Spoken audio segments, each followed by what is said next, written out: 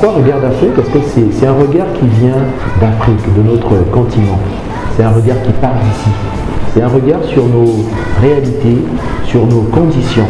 Et à partir de ce regard, donc en voyant nos réalités, voilà, nous disons que voici ce que nous pouvons apporter, voici ce que nous pouvons améliorer dans notre système éducatif, dans notre manière de voir les choses. Et ce regard d'Afrique, ce n'est pas un regard qui s'arrête au Congo. C'est un regard qui peut aller à l'étranger, qui va au Gabon, au Cameroun, en Côte d'Ivoire et ainsi de suite. Et c'est un regard, c'est notre propre regard sur l'Afrique. Et à partir de ce regard, eh bien, nous essayons d'apporter, de booster notre développement.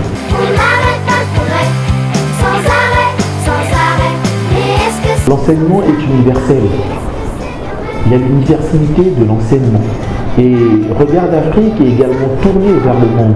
On ne peut pas s'arrêter à l'Afrique, mais on est tourné vers le monde.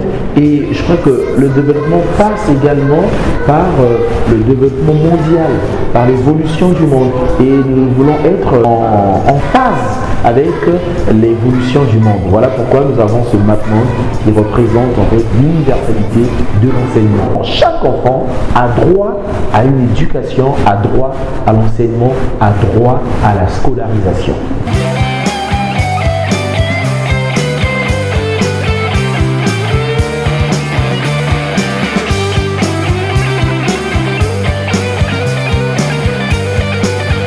Notre école en fait accueille les élèves de la grande section de maternelle, donc P3 et jusqu'au CM2. Donc nous avons cette salle, cette classe de P3 et la particularité ici de notre établissement, c'est que dès la grande section de maternelle, eh bien, nous proposons l'apprentissage de l'anglais aux enfants.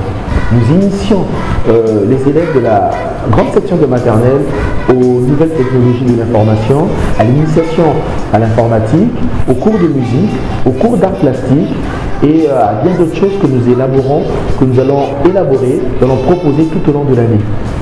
Mais dans nos maisons, nos cités, en illimité, les plombs vont sauter. Supermarché Henri Lambert, où l'on trouve de tout à la paix. Nous allons faire de telle sorte que les enfants qui apprendront l'anglais en grande section de maternelle soient capables d'avoir une expression orale facile. C'est parfait l'électricité, mais dans nos maisons, nos cités, en illimité, les plombs vont sauter. Supermarché Henri Lambert, où l'on trouve de tout à la peine, mais nos poubelles débordent et se rebellent. Il paraît qu'on n'arrête pas le progrès, sans arrêt, mais est-ce que c'est bien? Aujourd'hui, aux nouvelles technologies de l'information, nous avons Internet, nous avons les réseaux sociaux qui se développent très vite, et je crois qu'il y a des enfants qui sont déjà très avancés. Et donc lorsque nous parlons de nouvelles technologies, c'est un peu le monde dans lequel nous vivons, qui est en quelque sorte dominé par la présence des nouvelles technologies. Et nous voulons que les enfants soient en phase avec ces nouvelles technologies, les réseaux sociaux, Internet, le développement des applications, pas mal de choses aujourd'hui modernes que nos enfants ici, dans notre établissement, doivent apprendre.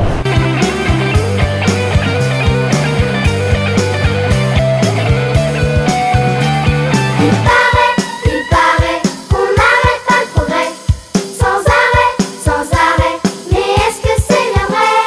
Il paraît qu'on n'arrête pas le progrès, sans arrêt, mais est-ce que c'est bien vrai? Les programmes congolais sont de très bons programmes, sont des programmes, disons, pas imposés, mais proposés par le ministère de l'enseignement primaire, secondaire et de l'alphabétisation.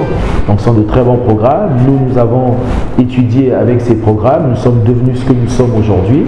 Et à ces programmes, nous ajoutons quelques particularités afin de donner une dimension internationale à notre établissement. Donc nous ne nous arrêtons pas qu'au programme congolais, nous nous basons sur ce programme, mais à ce programme, nous ajoutons quelques particularités afin de donner une dimension internationale à notre établissement. Donc le but est que l'enfant qui étudie au complexe scolaire Regard d'Afrique, une fois ses études terminées, son cycle primaire, le cycle secondaire terminé, et bien lorsqu'il se retrouve à l'étranger, est capable de s'adapter au programme qu'il va rencontrer dans un pays étranger.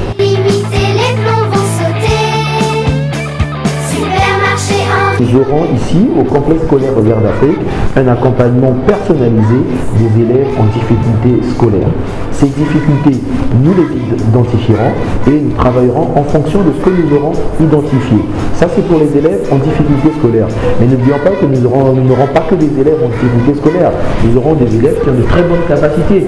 Et à ces élèves, nous allons également proposer un accompagnement personnalisé afin que ces élèves deviennent encore meilleurs. Eh bien, les enseignants de qualité, ce sont des enseignants que nous recrutons sur des critères bien précis. Et les critères que nous avons fixés au complexe scolaire Regard d'Afrique, eh bien, dépendent tout d'abord d'enseignants sortis de l'École nationale d'instituteurs, donc de l'ENI, qui sont titulaires d'un CFM et qui ont une expérience professionnelle dans les écoles de la place. Nous avons été rigoureux sur le recrutement des enseignants, comme nous le proclamons, nous le déclarons. Eh bien, nous sommes une école d'élite. Et pour former des élites, il faut avoir des enseignants qui ont un certain niveau. Nous avons souvent tendance à critiquer les enseignants, mais je pense que les enseignants font un bon travail. Ils seront encadrés par des conseillers pédagogiques qui leur permettront, qui les aideront à donner le meilleur d'eux-mêmes et d'atteindre les objectifs que nous nous sommes fixés, dont l'excellence, la qualité, l'efficacité.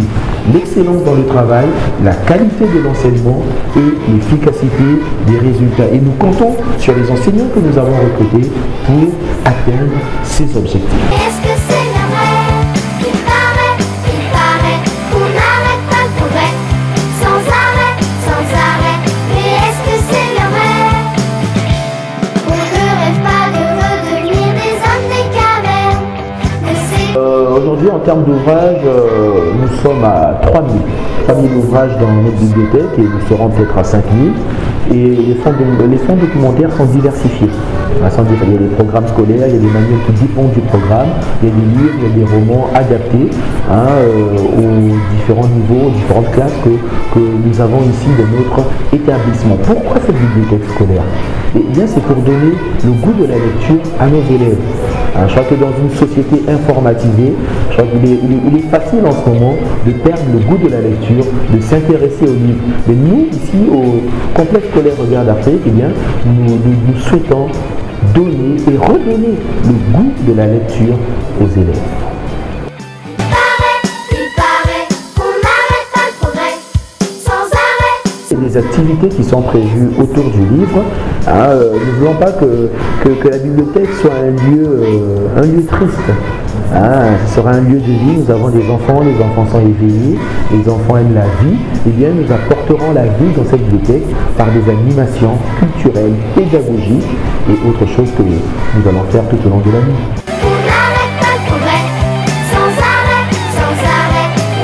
Aujourd'hui, les rapports entre parents et établissements sont des rapports de remise de bulletins, sont des rapports de paiement des frais scolaires, mais nous voulons aller au-delà. Nous voulons avoir un rapport franc, un rapport, disons, trimestriel avec les parents, où nous disons, voilà, voici ce que nous avons fait avec vos parents. Nous rendons compte et nous attendons également les réactions des parents, que les parents participent également à la vie de l'école.